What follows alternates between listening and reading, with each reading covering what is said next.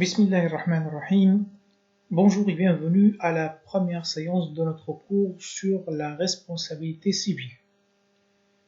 Je suis le professeur Ahmed Ta'adali. Je suis chargé de vous enseigner le module de la responsabilité civile que vous aurez comme matière fondamentale en semestre 3.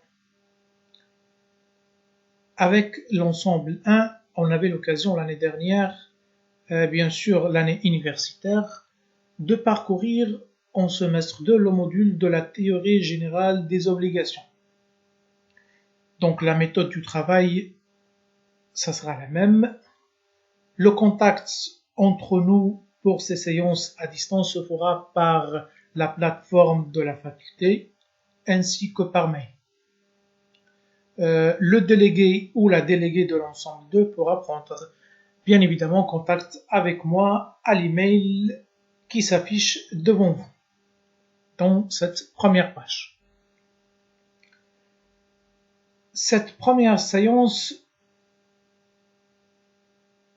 sera présentée en diaporama avec les explications nécessaires pour chaque point.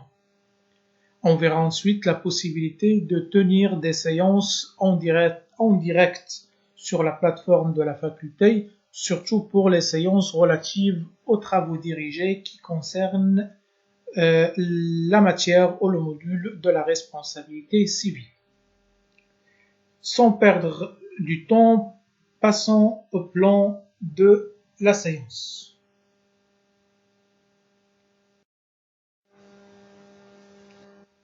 Par rapport au plan de la séance de cette première séance, il est normal qu'on va commencer par une introduction générale à la matière. Et à la fin de cette introduction, on va annoncer le plan du cours, c'est-à-dire le schéma du cours qu'on va suivre durant ce semestre. Mais avant d'entrer dans l'introduction et dans le fond du sujet, quelques mots s'imposent en avant-propos.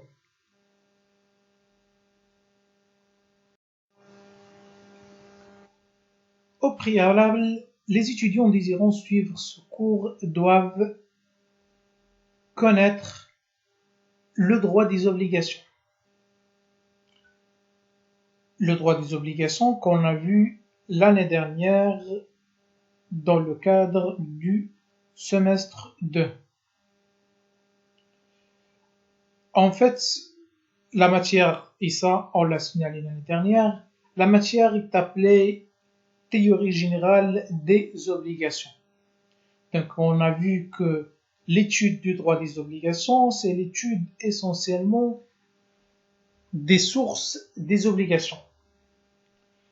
Et les sources des obligations sont, ou la nature des obligations, on l'a vu l'année dernière, sont de deux natures.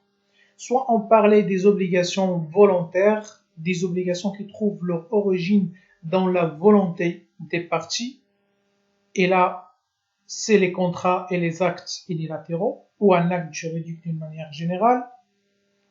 C'est ce qu'on a étudié l'année dernière, le contrat, ou le droit du contrat, et d'une manière accessoire, l'acte juridique unilatéral. Donc, à côté des obligations volontaires, on a ce qu'on appelle les obligations non volontaires. Donc, c'est-à-dire des effets de droit non recherchés par les parties, mais des conséquences ou des obligations qui naissent suite à une situation ou suite à un fait juridique. C'est la partie de la responsabilité civile qu'on va étudier cette année dans le cadre du semestre 3. Donc on ne peut pas commencer à étudier le semestre 3 si on n'a pas au préalable comme prérequis des connaissances par rapport à la matière de droit des obligations et essentiellement le droit du contrat. Donc c'est le premier point par rapport à l'étude de la matière. Deuxième point relatif à la langue juridique. Donc, le droit, comme vous le savez, je l'ai déjà répété l'année dernière, surtout pour l'ensemble 1, le droit n'est pas une science exacte. Le droit c'est une discipline qui fait partie des matières qu'on appelle des matières de sciences sociales, comme l'économie, la philosophie, la sociologie, etc.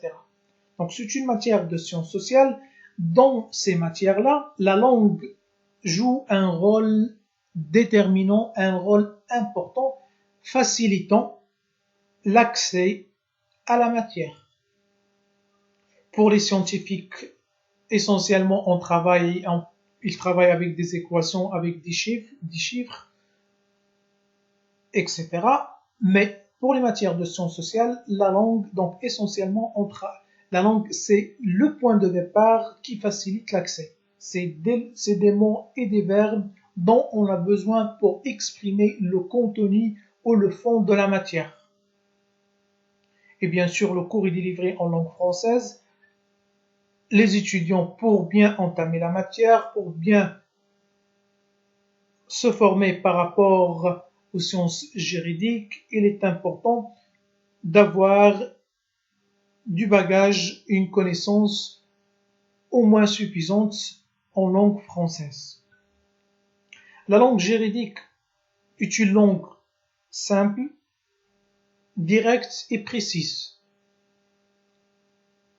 Donc, ce qui caractérise la langue, le vocabulaire juridique, c'est la simplicité.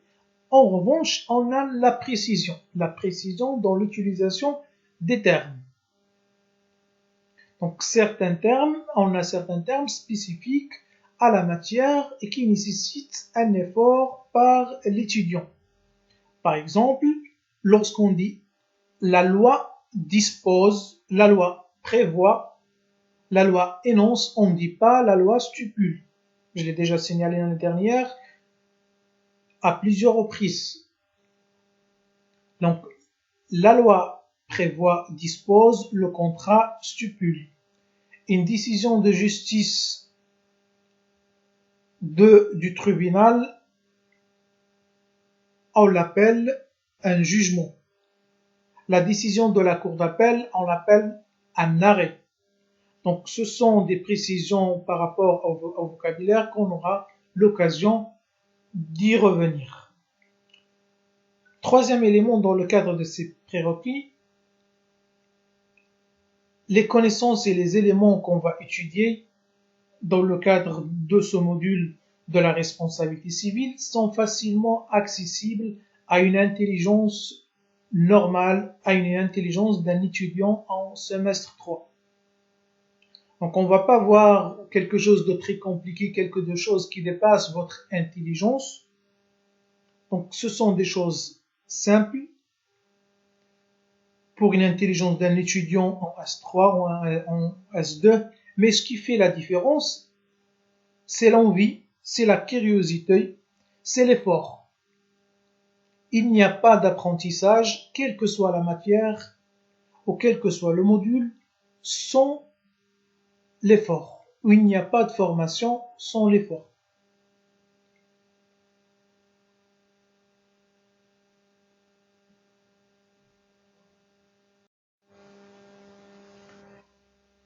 Par rapport à nos objectifs, il est toujours important et primordial au début de chaque mission ou de chaque cours de définir les objectifs visés dans le cadre de cet enseignement. Nos objectifs sont les suivants. Donc, pour un étudiant qui souhaite valider le module de S3, l'objectif de ce cours, c'est acquérir les connaissances juridiques élémentaires en domaine du droit de la responsabilité civile. Donc, lorsque je dis j'ai validé la matière de la responsabilité civile, c'est-à-dire sur la forme, j'ai une note de 10 sur 20, mais sur le fond, c'est-à-dire que j'ai reçu une formation de base par rapport à la matière de la responsabilité civile. C'est-à-dire que parmi les connaissances délivrées de ce cours, il faut au moins assimiler sur le fond une partie importante, une partie qu'on va dire élémentaire par rapport au droit de la responsabilité civile. Donc, premier objectif, c'est acquérir les connaissances nécessaires ou on va dire élémentaires en domaine de la responsabilité civile. Deuxième objectif, c'est connaître et savoir lire et comprendre les textes juridiques et les décisions de la justice, notamment les décisions de la Cour de cassation relatives à la responsabilité civile. De quel texte juridique on parle? On parle bien sûr des articles de la loi relative à la responsabilité civile. Donc les articles qu'on va étudier dans le DAIR des obligations des contrats dans le DOC. Pourquoi il faut connaître et savoir lire et comprendre d'une manière accessible les textes juridiques, ou notamment les articles des DAIR des obligations du contrat. Pour la simple raison que la loi trouve, ou le droit trouve, ses origines, ses sources dans ces textes-là. Donc, lorsque j'ai une question juridique par rapport à la responsabilité civile, la première réaction d'un juriste, d'une personne qui a fait des droits, c'est d'ouvrir le DOC, c'est de regarder la loi, ce que dit la loi par rapport à cette situation. Donc, une fois que je regarde un texte de loi, un article, je lis l'article, je pourrais avoir une idée de la réponse à donner par rapport à une question juridique donnée. C'est le deuxième objectif. Et en même temps, dans ce deuxième objectif, on aura l'occasion de voir des exemples d'application de ces règles de droit dans le cadre de la jurisprudence des arrêts de la Cour de cassation, notamment des arrêts de la Cour de cassation. Aussi, donc, un étudiant doit savoir lire l'arrêt de la Cour de cassation, c'est-à-dire une décision de justice qui traite une question relative à la responsabilité civile. Troisième objectif, assimiler la méthodologie et le raisonnement juridique appliqué aux connaissances étudiées dans le cadre de ce cours. Sur le fond, on a un ensemble de règles et on essaye d'arriver à une solution, de déduire une solution. Pour cela, on doit maîtriser, on doit connaître la méthodologie et le raisonnement juridique qui va nous mettre vers le chemin de trouver une solution. L'année dernière, pour l'ensemble 1 notamment, on avait l'occasion de voir la méthodologie juridique à travers le raisonnement juridique, puisque pour un cas pratique ou pour une décision de justice, il est obligatoire de passer par un raisonnement juridique avant de trouver la solution. Donc cette année, ce sera le prolongement de ce travail de méthodologie et de raisonnement juridique. Donc voilà les trois objectifs par rapport au cours de la responsabilité civile. On va passer maintenant à l'intérêt ou avant de passer à l'intérêt de la matière, quelques conseils méthodologiques pour bien travailler ce module ou ce cours. Bien sûr, on aura des séances pour chaque point relatif à la matière, mais il est fortement recommandé de compléter les éléments de cours par la jurisprudence. La jurisprudence, c'est-à-dire notamment des arrêts, donc j'invite chaque étudiant à commencer à chercher des arrêts, des décisions de justice sur la responsabilité civile. Bien sûr, sur Internet, vous pouvez trouver des décisions de justice, notamment en arabe, de la Cour de cassation au Maroc. On a plusieurs exemples par rapport. Et on n'a pas des décisions, bien sûr, en français. C'est très rare de trouver des décisions de justice du droit marocain en français. Vous allez les trouver en arabe.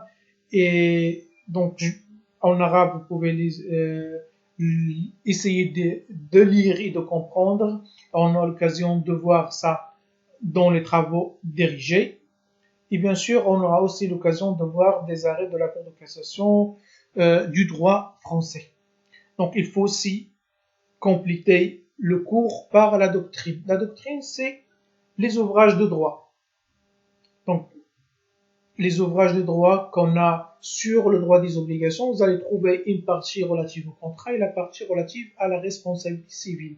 Les ouvrages du droit en français par rapport au droit français, on a le point de départ par rapport à la doctrine, ça ressemble, mais il y a une certaine différence qui est remarquée notamment par rapport à certaines applications de la jurisprudence et par rapport aux textes. Donc notre point de départ sera bien sûr les textes d'ailleurs des obligations et du contrat, sera complété par la doctrine du droit marocain. Malheureusement, on n'a pas de livre en français. Les livres qu'on a de la doctrine, ce sont des livres en arabe, puisque la plupart de vous êtes arabophones, donc vous pouvez regarder dans les livres en arabe. Par exemple, on a le livre que vous allez trouver à la bibliothèque, le livre de la responsabilité civile, qu'on appelle Al-Mas'ouliyya al-Madaniyya, du professeur Abdelhak Safi, notre professeur de la faculté de Mohammedia. Vous pouvez trouver un autre livre en arabe de professeur Sharqawi, un professeur arabe. Vous n'êtes pas obligé, bien sûr, mais vous pouvez compléter vos connaissances. S'il y a un point que vous ne comprenez pas ou vous voulez prendre l'habitude de faire des recherches, vous pouvez aussi travailler par les ouvrages de la doctrine. Deuxième point, il est aussi recommandé d'étudier les séances dans l'ordre et de travailler les exercices qui feront l'objet des travaux dirigés. Donc, puisqu'on veut un enseignement à distance, on aura plusieurs séances qui seront à votre disposition. Si j'ai raté une séance ou deux, donc toujours il est recommandé de commencer par la première séance pour bien essayer de comprendre la matière. Et en même temps, vous aurez des travaux dirigés, vous aurez des exercices. Il est aussi recommandé de les travailler. Dernier conseil.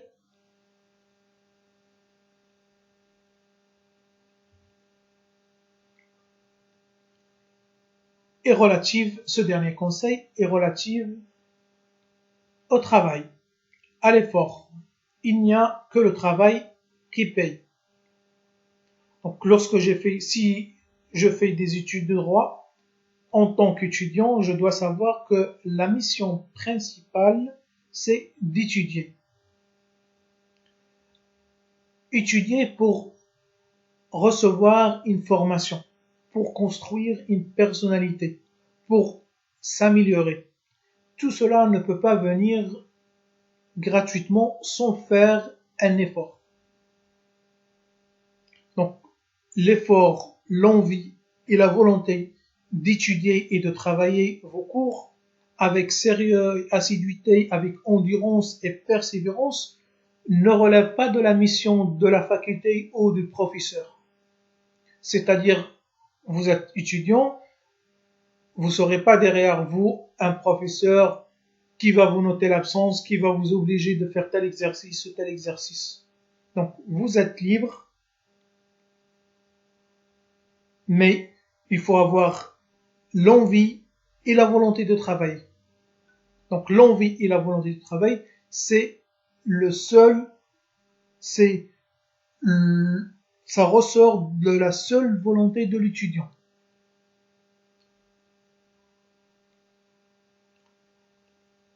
Et vous allez remarquer à la fin, pour celui qui a fait un effort à la fin de votre formation, vous allez remarquer qu'il y a quelque chose a changé. Donc, quelque chose a changé par rapport à vos connaissances, par rapport à votre manière de voir les choses, par rapport à la méthodologie de raisonnement, etc.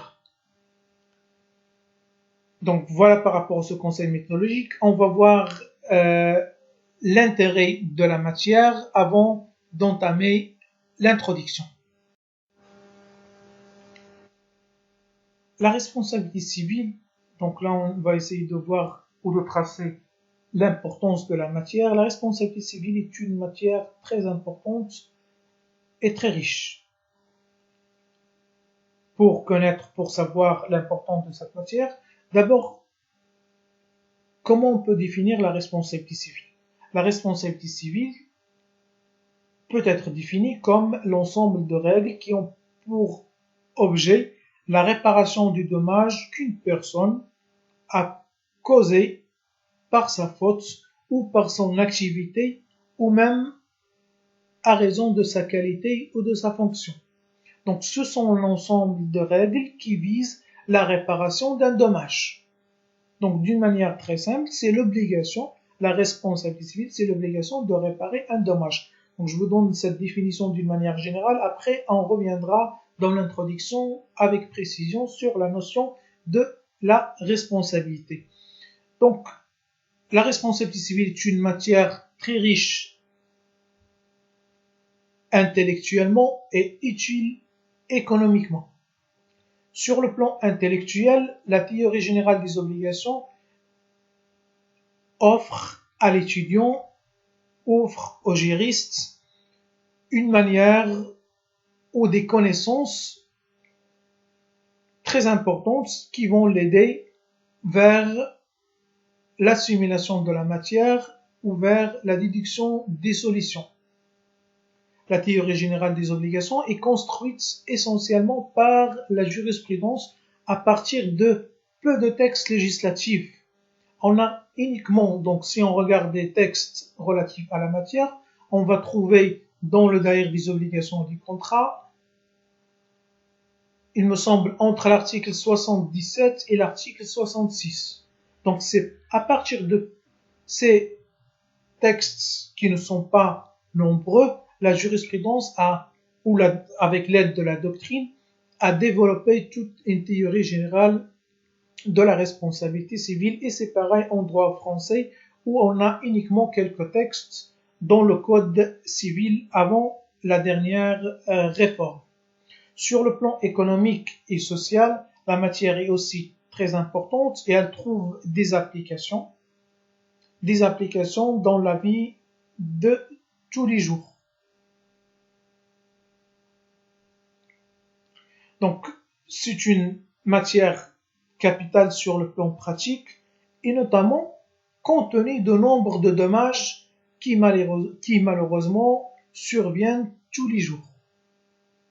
Donc, la responsabilité civile, c'est l'obligation de réparer un dommage. Dans la vie quotidienne, on recense malheureusement plusieurs dommages qui surviennent tous les jours. Des accidents de la route, des accidents de travail, des accidents par rapport à des agressions, et on va voir que même en droit pénal, la responsabilité civile intervient, des accidents même dans un bain public, un hammam. Justement, donc, et on a des exemples dans la jurisprudence par rapport à des cas comme ça. Donc, on va prendre un exemple qui sera notre point de départ pour s'introduire à la matière. Et c'est une affaire qui passait à la justice. On avait une personne qui s'est glissée dans un bain public même. Le résultat de la chute de ce monsieur, double fracture au niveau des hanches et de la main droite. Cette personne a été hospitalisée. Il s'avère que son état était grave. Malgré les soins, il a toujours des problèmes pour marcher correctement.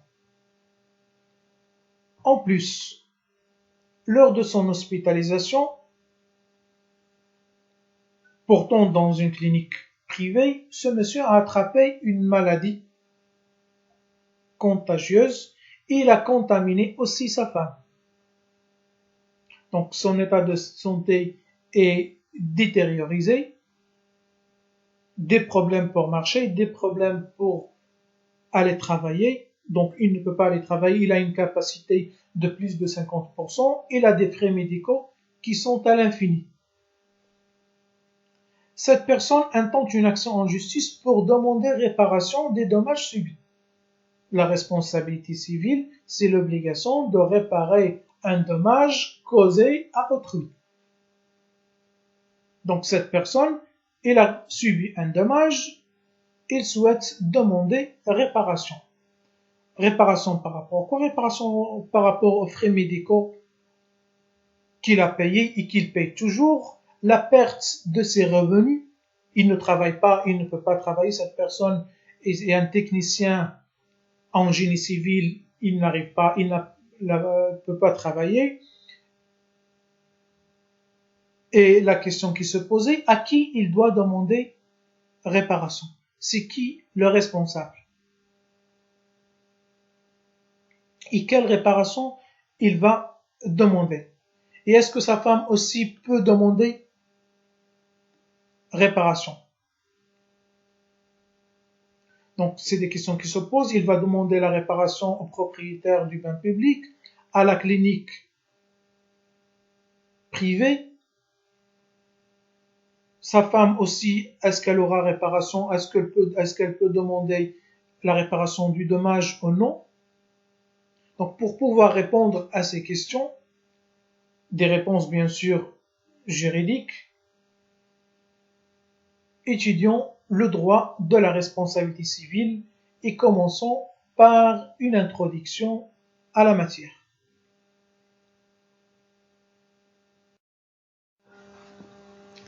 Le plan de l'introduction sera divisé en 3 sections.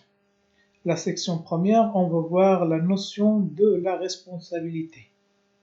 Qu'est-ce qu'on veut dire par la responsabilité? Le sens général, le sens linguistique et bien sûr le sens juridique. La section deuxième, on va voir le rapport entre la responsabilité et la notion d'obligation. Et comment trouver un lien entre responsabilité et obligation, bien sûr à travers ce qu'on a appelé les sources des obligations. Section troisième, les sources de la responsabilité civile, c'est-à-dire l'origine où on trouve les règles juridiques applicables en matière de responsabilité civile. Et à la fin, on va annoncer le plan du cours.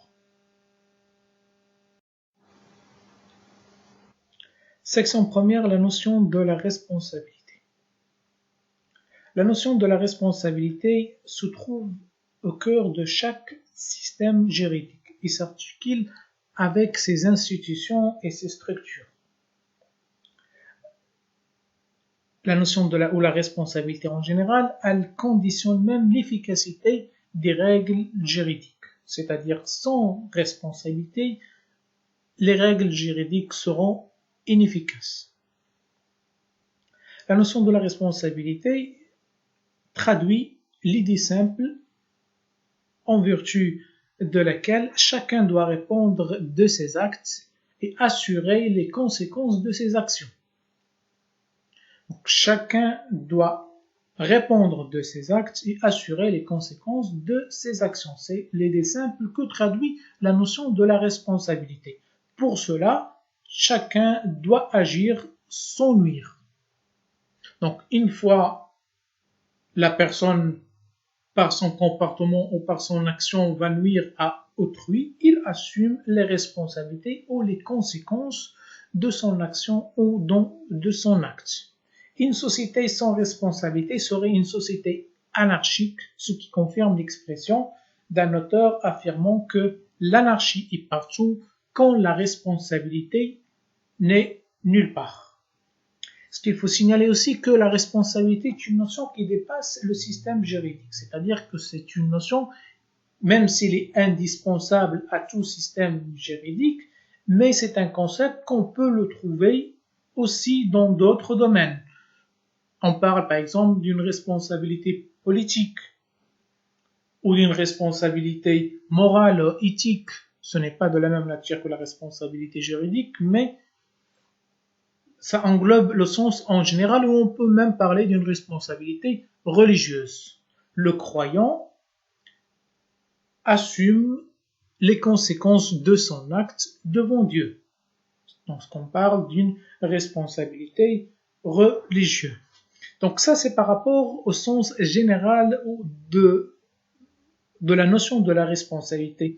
Essayez d'une manière précise le sens du mot responsabilité et d'où vient ce terme. Ce terme a une origine latine, il vient du verbe respondre, qui veut dire en français répondre. Le responsable est celui qui doit répondre. Il doit répondre de ses actes, bien sûr. Dans un second son, le responsable est le garant de quelque chose.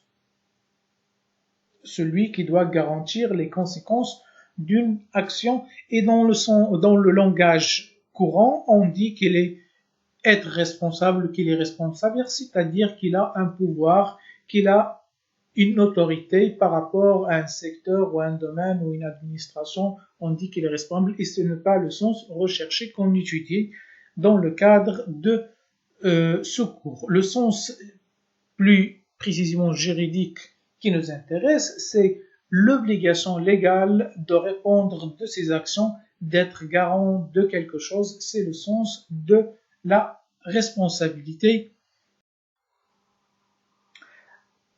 Arrivons maintenant à la délimitation du sujet. En se rapprochant, là on est parti de loin du sens général de la responsabilité, là on arrive à la responsabilité civile. Donc, le champ de la responsabilité est très vaste. Nous, on va étudier la responsabilité civile avec ses deux composantes.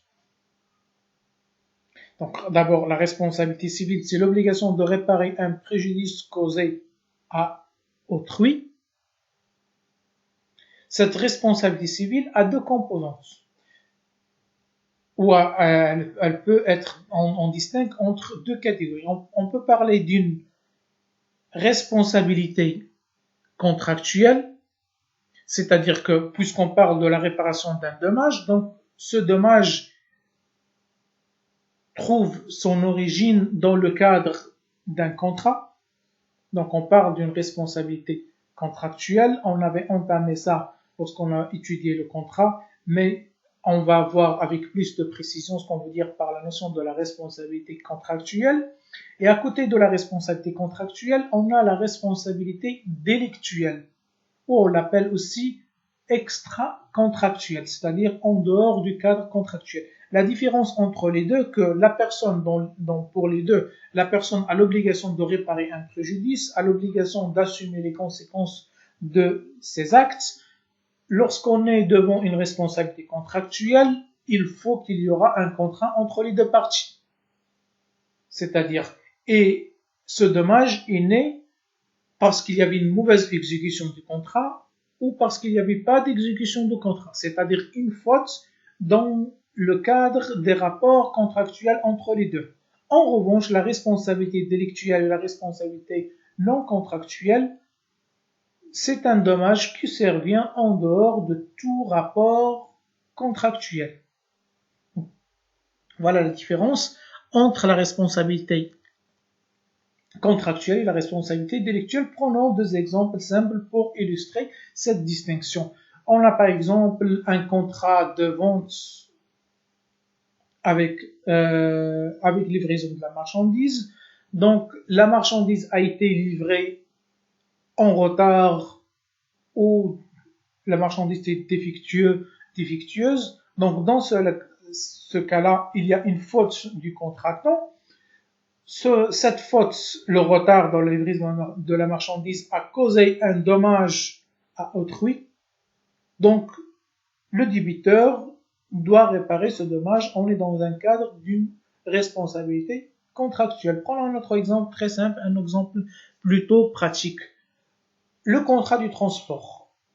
On a un contrat de transport, par exemple, vous voyagez par train, vous voyagez par avion. C'est un contrat de transport, vous payez un prix, en revanche, le transporteur s'oblige, il a l'obligation de vous transporter d'un lieu à un autre à un délai déterminé. C'est-à-dire, il vous dit que vous arrivez, par exemple, à 14 heures.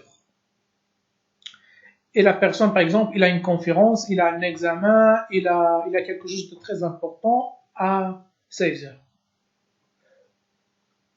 Vous arrivez en retard, largement en retard le soir par exemple, donc il y a une mauvaise exécution du contrat, il y a une faute du transporteur. Le voyageur, dans ce cadre de contrat, peut demander réparation des préjudices, supposant que la personne voulait passer un examen, un concours d'accès à un travail, supposons l'exemple qu'on avait, c'était un avocat qui devait intervenir dans le cadre d'une action en justice, et il se trouve que le train est arrivé largement en retard, l'avocat n'a pas pu faire son travail et en même temps il a perdu l'action, donc il a engagé la responsabilité de la société responsable du transport. Ça, c'est la responsabilité contractuelle. La responsabilité délictuelle, c'est un dommage qui va trouver sa naissance en dehors de tout rapport contractuel. Supposons une personne qui agresse une autre personne, il lui cause un dommage corporel ou un dommage matériel,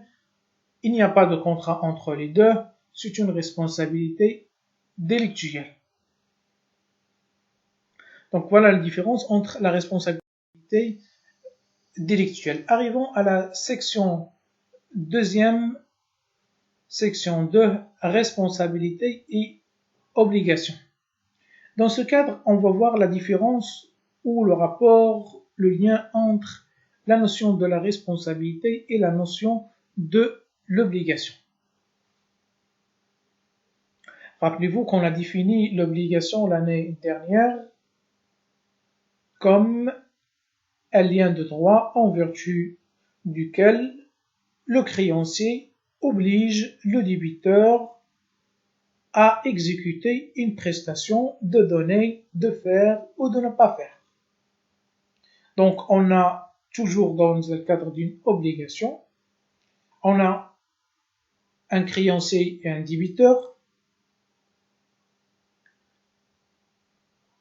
Le créancier, dans un cadre contractuel, peut obliger le débiteur à donner, à faire ou à ne pas faire. Voilà la nature de l'obligation, qui peut être une obligation de moyens ou une obligation de résultat dans le cadre d'autres classifications. Dans un cadre de la responsabilité civile, le créancier d'une obligation de réparation, c'est la victime. C'est la victime qui est créancière. Le débiteur d'une obligation de réparation, c'est le responsable, celui qui a causé le dommage. Celui qui a causé le dommage, il doit répondre des conséquences de son acte, c'est le responsable. Il est le débiteur d'une obligation de réparation envers la victime. Et cette obligation, elle peut être une obligation aussi de donner, c'est-à-dire le versement d'une somme d'argent, donc c'est une obligation de donner, comme elle peut être une obligation de faire réparation en nature. C'est-à-dire s'il a détruit quelque chose ou un bien, il doit, dans le cadre de sa responsabilité, de réparer ce bien.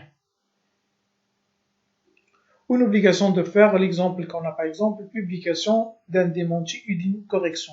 Supposons que par exemple un journal a publié des mensonges ou des informations qui sont incorrectes, qui ont porté atteinte à la réputation d'une personne.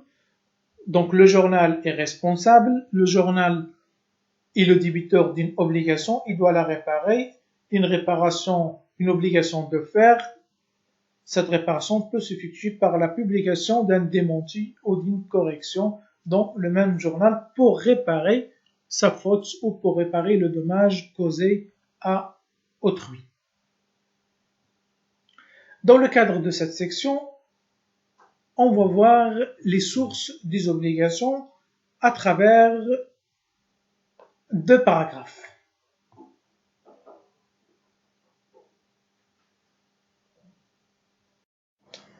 Paragraphe premier, on va voir les sources des obligations dans le cadre de la classification du daïr des obligations et des contrats. L'article 1er du daïr des obligations du contrat nous dit que les obligations dérivent des conventions et autres déclarations de volonté, des quasi-contrats, des délais et des quasi-délais. Ensemble 1, vous allez rappeler bien que c'était une question dans le cadre de l'examen, dans le cadre des QCM. Les origines des obligations. Les obligations, où on trouve les obligations, à partir de quel moment on se trouve obligé. Lorsque on se trouve devant un contrat, convention ou autre déclaration de volonté, c'est un acte unilatéral, des quasi-contrats, délits et quasi-délits. Donc ce sont les sources des obligations contractuelles qu'on va étudier avec plus de détails. Commençons par les quasi-contrats, ou l'idée générale de ce qu'on appelle les quasi-contrats. Dans les quasi-contrats, le mécanisme de la responsabilité traduit l'idée d'un avantage injustement reçu d'autrui. C'est-à-dire que dans ce cadre-là, dans un cadre de quasi-contrat, c'est pas un contrat. Donc, la personne a reçu un avantage. Donc, dans les quasi de contrat, c'est un avantage reçu injustement. Et c'est dans les délais les quasi-délais qu'on parle d'un dommage subi. Donc, dans les quasi-contrats, un avantage reçu, et dans les délais, les quasi-délais, un dommage subi. Donc, cette différence linguistique va vous permettre de comprendre d'une manière générale la différence entre les deux. Mais on va voir de quel type de quasi-contrat parlons-nous et de quel type de délai et de quasi-délai nous parlons dans le cadre des obligations et des contrats. Commençons par la définition du quasi-contrat. Quasi-contrat, c'est un fait spontané d'une personne dont résulte un avantage pour un tiers et un appauvrissement de celui qui agit. Donc, le tiers qui a reçu cet avantage est obligé d'indemniser l'agent, celui qui a agi. Donc, quasi-contrat, ce n'est pas un acte juridique, ce n'est pas un contrat. C'est un fait spontané d'une personne. Il résulte de ce fait qu'une personne reçoit un avantage, en contrepartie, l'autre, il subit un appauvrissement. Ce qui fait naître une obligation à la charge de celui qui a reçu l'avantage d'indemniser celui qui a reçu un appauvrissement. Les quasi-contrats tels qu'ils sont prévus dans le daïr des obligations du contrat sont la gestion d'affaires, la répétition ou le paiement de l'indu et l'enrichissement sans cause. Ces quasi-contrats, on les trouve dans le daïr des obligations du contrat de l'article 66 à l'article 76 et on va les étudier en détail mais d'une manière très rapide avant d'étudier aussi les quasi-délais. Rappelons que les contrats, les quasi-contrats, les délais quasi-contrats, on les étudie parce qu'ils constituent des sources d'obligations. Il est important de comprendre la différence entre les deux avant d'entamer dans le cadre de la responsabilité. Et ce qui nous intéresse plus, ce sont les délais et les quasi-délais. C'est eux qui constituent l'ensemble des règles relatives à la responsabilité civile. Donc, on va étudier d'une manière détailler les quasi-contrats d'abord. Premier type de quasi-contrat qui se trouve consacré à l'article 67 du daïr des obligations du contrat, la gestion d'affaires. Définition, il y a gestion d'affaires lorsqu'une personne intervient dans les affaires d'autrui avec l'intention de lui rendre service. Donc le point le plus important, c'est une personne intervient dans les affaires d'autrui. Donc ce n'est pas ses affaires, il intervient dans les affaires d'autrui avec l'intention de lui rendre service. Ainsi, cette personne, on l'appelle le gérant, qui s'occupe des affaires d'une autre personne qu'on appelle le maître de l'affaire, en accomplissant des actes juridiques, ou soit des actes matériels, il résulte de cette gestion d'affaires, de cette intervention, il résulte des obligations. Donc la gestion d'affaires est une source d'obligations. Pour le gérant, l'obligation de continuer la gestion qu'il a commencée et de la mener comme un bon père de famille, c'est-à-dire de la mener de la meilleure manière possible. Donc on utilise l'expression comme un bon père de famille. On aura l'occasion de revenir sur cette expression. Donc ça, c'est l'obligation des gérants. Pour le maître, il a l'obligation d'indemniser le gérant de ses frais. Donc gestion d'affaires, c'est un quasi-contrat qui va faire naître des obligations à la charge des deux parties. Donc, quasi-contrat, ce n'est pas un contrat, ce n'est pas un acte juridique, c'est une situation de fait. Prenons un exemple. Par exemple, vous voyez que votre voisin, il a un problème de fuite d'eau qui va aggraver la maison. Donc, vous faites intervenir dans l'affaire, vous engagez un plombier, vous engagez un autre ouvrier pour gérer ses affaires. Votre voisin, on suppose qu'il est absent, qu'il est en vacances. Donc, une fois que vous intervenez, vous avez l'obligation de bien mener l'affaire et vous payez des frais, bien sûr, aux personnes qui sont intervenues, plus votre effort d'intervention, votre effort personnel. En contrepartie, votre voisin qui est le gérant doit vous indemniser. C'est ce qu'on appelle un exemple d'une gestion d'affaires. Premier type de quasi-contrat. Deuxième type qui figure à l'article 68 des obligations du contrat, la répétition de l'indu. D'abord, qu'est-ce que c'est que la répétition de l'indu ou qu'est-ce qu'on veut dire par la répétition de l'indu qui découle de l'article 68 des obligations du contrat? Lisons ce texte. L'article 68 dispose que celui qui, se croyant débiteur par une erreur de droit ou de fait, a payé ce qu'il ne devait pas, a le droit de répétition contre celui auquel il a payé. D'une manière très simple, lorsque vous payez quelque chose en pensant que vous êtes débiteur, donc vous le payez par erreur, celui qui a reçu le paiement a l'obligation de restitution de l'indu. Ou par exemple, si la personne, au lieu de payer par exemple 1000, il a payé 10 000, donc, et là, il peut bénéficier de la répétition ou la restitution de l'indu.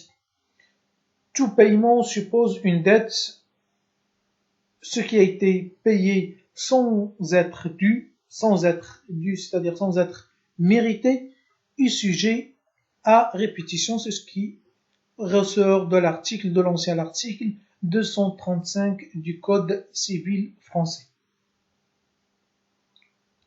Donc, la répétition de l'indu, c'est un principe simple de justice qui figure à l'article 68 du DAER des obligations du contrat. En revanche, il y a exception à ce principe, il n'y a pas de répétition de l'indu dans deux situations qui figurent à l'article 69 et 73. L'article 69, c'est la première exception, c'est-à-dire qu'il n'y a pas obligation de répétition de l'indu. Le paiement a été fait volontairement en connaissance de cause de ne pas être tenu de payer. Donc dans la répétition de l'indu, on a dit que la personne a payé par erreur en pensant qu'il est débiteur ou elle a payé plus qu'il devrait payer. Mais l'exception, c'est il sait très bien volontairement et en connaissance de cause qu'il n'est pas tenu et pourtant il paye. Dans ce cas-là, la loi ou ne dit qu'il n'y a pas de répétition de lundi. Deuxième cas, si le paiement a été fait en exécution d'une obligation prescrite ou d'une obligation morale. Celui qui a payé en exécution d'une obligation morale, quelle que soit sa nature, il n'y a pas le jeu de la répétition de lundi, on ne peut pas le faire fonctionner. Pareil, celui qui a payé une obligation prescrite. Une obligation prescrite, ça vient de la prescription. Prescription en arabe, at-taqadum. La prescription, c'est la perte d'un droit avec l'écoulement de temps. Par exemple, une prescription, une personne qui devrait payer, par exemple, une somme d'argent, obligation de paiement. Cette obligation, elle va être prescrite au bout de 5 ans, par exemple.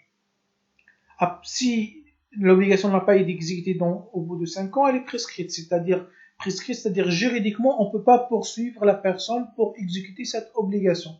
Si malgré l'obligation a été prescrite, la personne a payé, il ne peut pas bénéficier de la restitution de l'indu. C'est un simple principe de justice, parce que même si elle n'est pas juridiquement, n'est pas juridiquement due, elle est moralement due. Passons donc à le troisième type de quasi-contrat, l'enrichissement sans cause. Il y a enrichissement sans cause qui est un principe universel qu'on nous trouve dans tous les systèmes juridiques.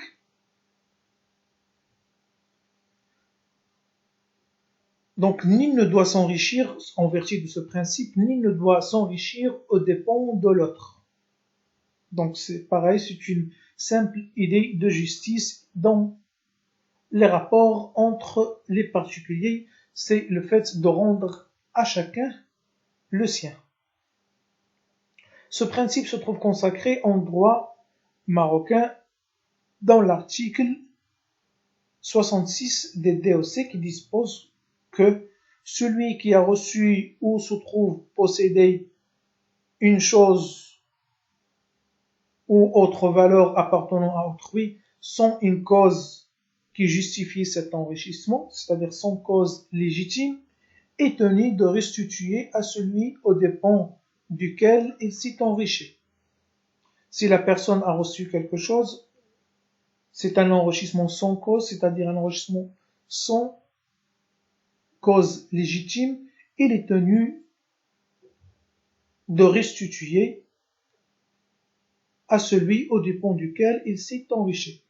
On va prendre un exemple très simple, un exemple qui était d'actualité, il me semble, il y a 3 ans. Il y avait un problème dans le système bancaire de la Poste, la banque postale au Maroc. Des personnes le lendemain, ils ont trouvé que leur compte a été crédité, c'est-à-dire il y a des sommes très importantes de plus dans leur compte. Et parmi ces personnes, une grande partie ou certaines personnes ont retiré cette somme-là, alors que c'est suite à une erreur.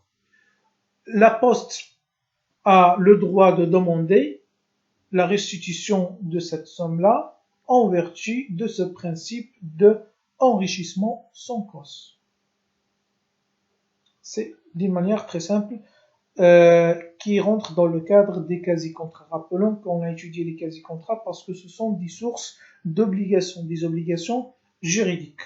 Donc les obligations juridiques trouvent leur source dans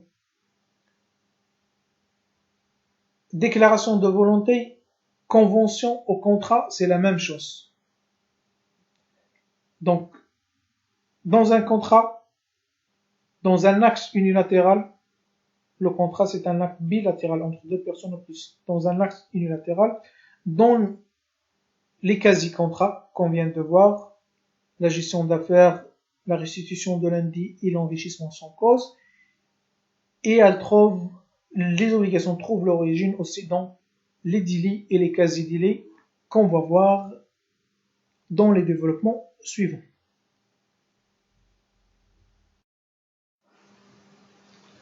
En droit civil, un délai désigne un fait volontaire licite ou non licite qui génère un dommage. Là, on parle des délais en droit civil, délais au quasi-délai. Donc, c'est différent des délais en droit pénal. En droit pénal, on a la classification des infractions. On a une infraction, vous avez étudié ça normalement en droit pénal général. On a une infraction. Dans l'infraction, on a 3 catégories. La contravention, délit et crime. Donc là, on est en droit civil. Ce n'est pas le délai qui est une violation d'une catégorie de la loi du droit pénal. Donc on parle du délai civil. Le délai civil, c'est un fait volontaire, licite ou non, qui génère un dommage. Donc d'une manière plus précise, le délai ou le quasi-délai, c'est un manquement intentionnel, donc on appelle un délit, ou non intentionnel quasi-délit.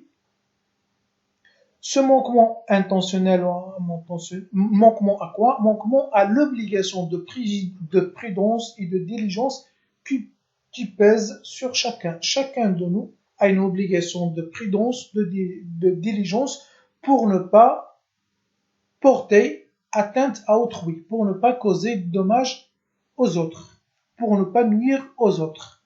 S'il manque à cette obligation, c'est un délit lorsque ce manquement est intentionnel, avec l'intention, ou lorsque ce manquement est non intentionnel, on parle de quasi-délit. Cette distinction, malgré qu'on distingue selon l'intention, dans les deux cas, ça n'a pas d'intérêt pratique, parce que dans les deux cas, ça fait naître une obligation de réparation, que ce soit le manquement d'une manière intentionnelle ou non intentionnelle. Donc c'est ce qu'on appelle un délit civil. La conséquence de ce délit ou de quasi-délit, la conséquence de ce manquement, la naissance d'une obligation de réparation en engageant la responsabilité civile de l'auteur du manquement. Donc là, on parle des obligations et en responsabilité civile, l'obligation de réparation. Donc, gardez-vous bien ça. C'est la chose essentielle sur laquelle tourne ou qui constitue le fondement du cours, c'est l'obligation de réparation. Cette obligation de réparation va naître lorsqu'il y a un délit ou un quasi-délit, c'est-à-dire un manquement intentionnel ou non intentionnel à une obligation de diligence. Raison pour laquelle on parle de responsabilité délictuelle.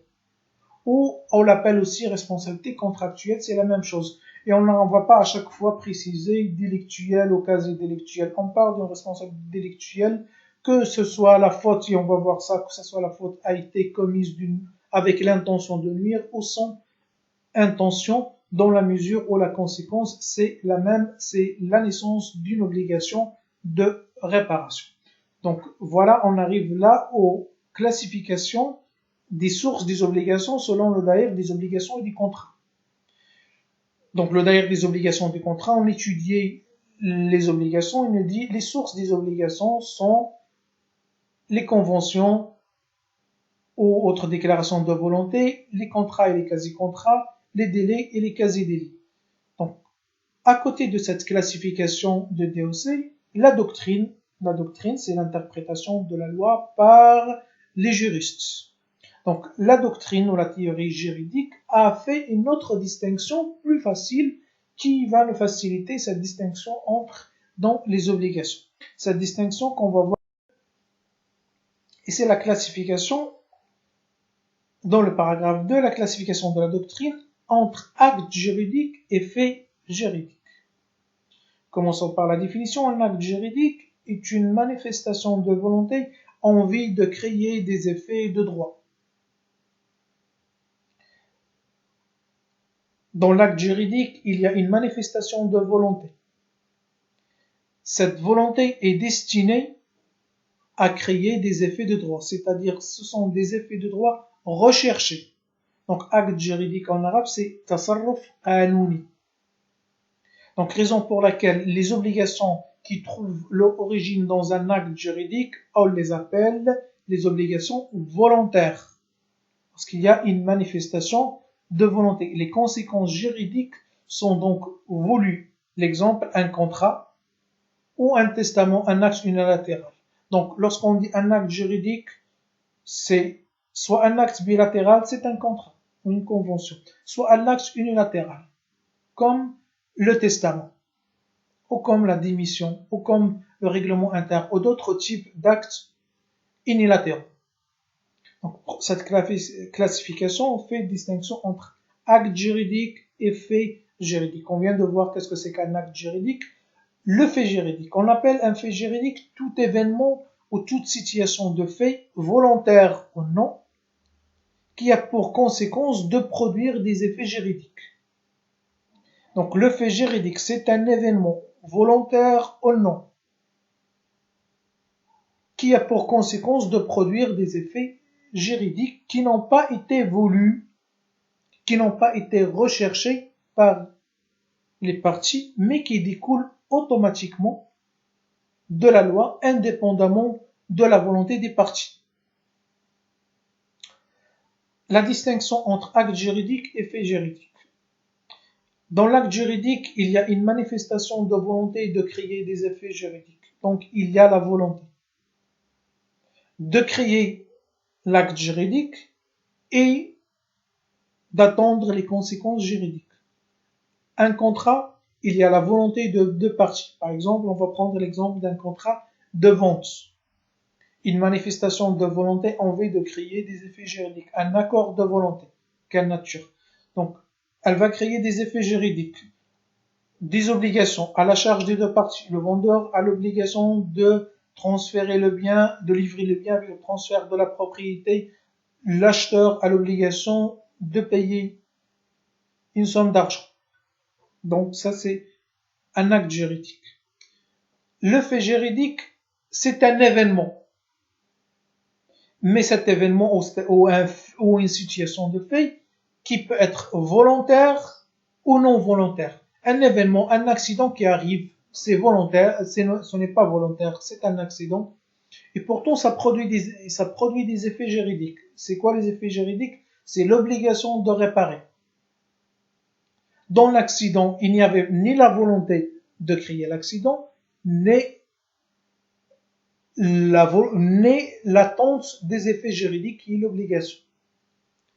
Cet événement, il peut être volontaire. Il y a la volonté de l'événement. Exemple, une agression. Donc, une personne qui agresse une autre personne, il y avait la volonté, il lui cause un dommage, il y avait la volonté de lui causer ce dommage, mais il ne cherchait pas les conséquences juridiques, c'est-à-dire l'obligation de réparation. Donc, il cherchait uniquement le fait. Donc, raison pour laquelle on fait la distinction entre l'acte juridique et le fait juridique. Cette distinction réside dans l'intention de produire ou de créer des effets juridiques. Dans l'acte juridique, il y a l'intention, dans le fait juridique, il n'y a pas l'intention de créer des effets juridiques. Je ne parle pas de l'intention de créer l'acte lui-même. Donc, est-ce que tout le monde arrive à faire cette distinction et cette distinction de base de la doctrine qui va nous faire entrer en la matière? Donc, lorsqu'on parle d'un acte juridique, on parle d'obligations volontaires. Obligations volontaires qui trouvent leur source dans le contrat ou dans un acte unilatéral. C'est ce qu'on a étudié l'année dernière dans S2, que vous avez étudié pour l'ensemble d'eux. Le fait juridique, c'est un événement qui peut être volontaire ou non volontaire, qui va créer des effets juridiques. Donc c'est un événement, il peut être voulu ou non voulu, l'événement lui-même, mais ce qui est sûr, c'est que les conséquences juridiques n'ont pas été voulues par les intéressés. C'est ça ce qui fait la différence, c'est l'intention de vouloir les conséquences juridiques, ce qui fait la distinction entre l'acte juridique et le fait juridique. Le fait juridique va faire naître des obligations non volontaires, essentiellement l'obligation de réparation qu'on va étudier dans ce cours. Donc, passons à la section numéro 3. Section numéro 3, les sources de la responsabilité civile. Donc, lorsqu'on étudie les sources, c'est-à-dire on va essayer d'étudier les origines des règles applicables en droit de la responsabilité civile, c'est-à-dire les origines, la source d'où où on va trouver les règles qui s'appliquent à la responsabilité civile. À chaque fois que vous étudiez une matière, vous allez trouver, normalement dans l'introduction, à la fin de l'introduction, les sources, par exemple, les sources du droit bancaire.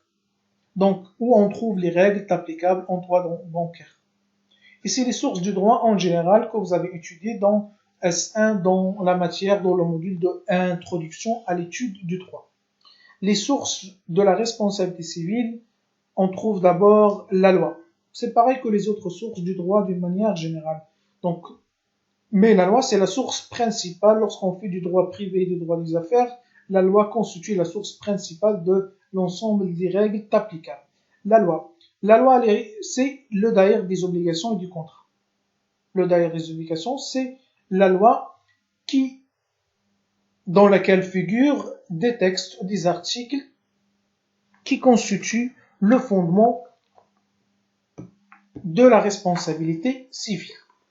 Donc ces articles, c'est de l'article 77 à l'article 106, où on trouve ces articles et qu'on aura le temps de revenir à chaque article avec détail en étudiant l'ensemble des règles applicables à la responsabilité civile.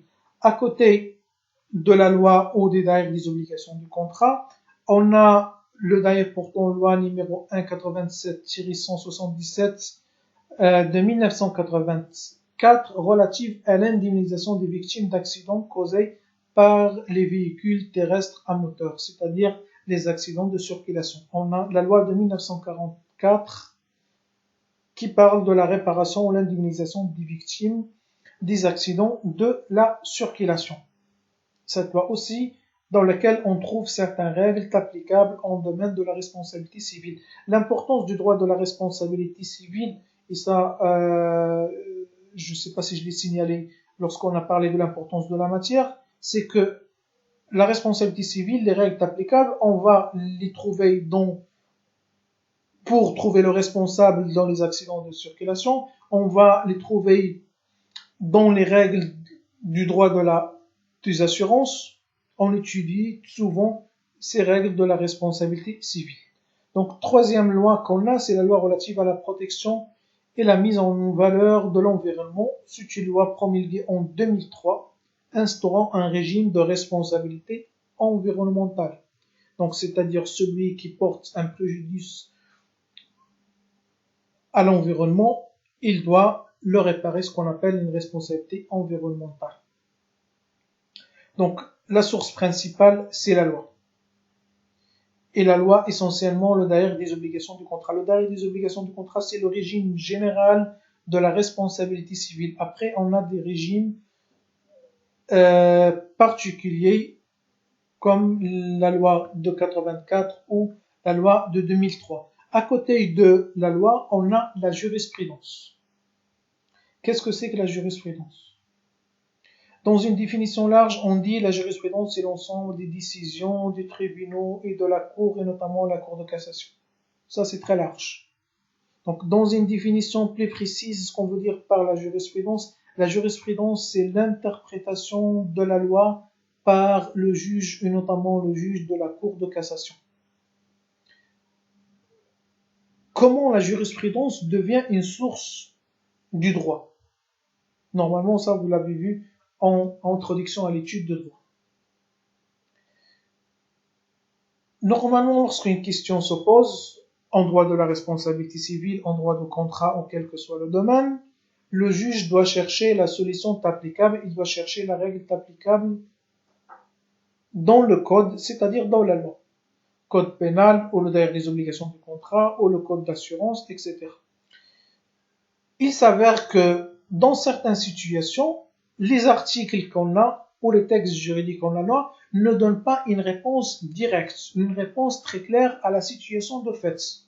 La loi, il essaye de légiférer, mais parfois on a des situations nouvelles qu'on n'arrive pas à trouver des solutions directes. Donc qu'est-ce qu'il va faire le juge? Est-ce qu'il va dire aux parties circulez, je ne trouve pas de solution dans la loi? Non, c'est ce qu'on appelle le déni de justice. C'est-à-dire il est dans l'obligation de trancher. Donc pour trancher, il va faire travail de raisonnement juridique, de l'intelligence humaine, de l'interprétation des règles de droit. Ce travail d'interprétation de la règle de droit, il va nous donner une décision qu'on appelle la jurisprudence. Donc c'est cette interprétation de la loi par les tribunaux et notamment la Cour de cassation.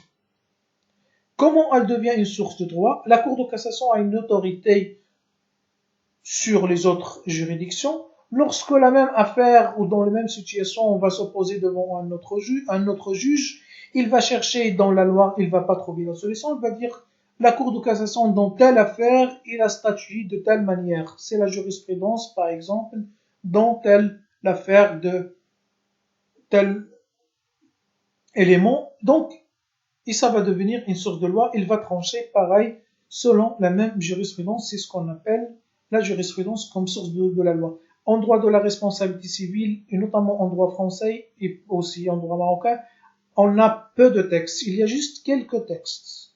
Et ces textes-là ne peuvent pas donner des solutions à l'ensemble des situations qui se posent en droit de la responsabilité civile, des dommages qui surviennent chaque jour, des problèmes d'accident de la circulation, etc. Et aussi en droit de la pour la responsabilité contractuelle. Donc, raison pour laquelle les juges se sont trouvés dans l'obligation d'interpréter la loi, d'élargir l'application des règles pour donner des réponses aux situations posées.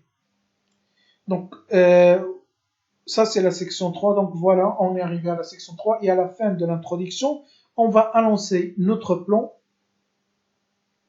Le plan, c'est-à-dire le schéma dans ce cours. Notre cours sera composé de 3 titres.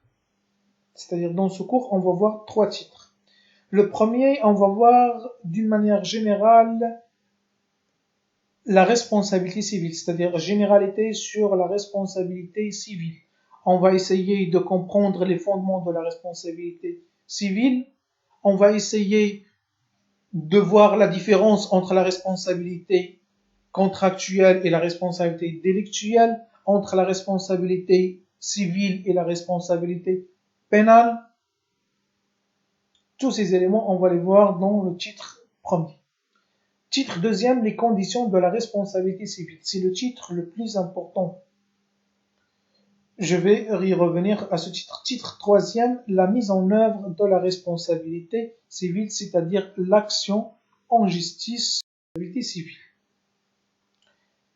Dans le titre premier, donc, comme on vient de dire, on va voir des généralités sur le droit de la responsabilité civile. Chapitre, on va le voir dans 2 chapitres. Chapitre premier, les fonctions et les fondements de la responsabilité civile. À quoi sert la responsabilité civile?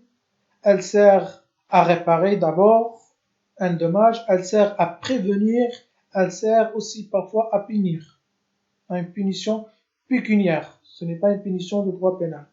Chapitre deuxième, les frontières de la responsabilité civile. C'est là qu'on va voir la différence entre la responsabilité pénale et la responsabilité administrative, la responsabilité contractuelle et la responsabilité délictuelle. Chapitre deuxième, et comme je viens de le dire, c'est le chapitre le plus intéressant et le chapitre qui va nous prendre plus de temps à l'étudier. C'est les conditions de la responsabilité civile. Lorsqu'on veut engager la responsabilité civile d'une personne, c'est-à-dire lorsqu'on veut demander ou exiger la réparation d'un dommage, il nous faut 3 conditions.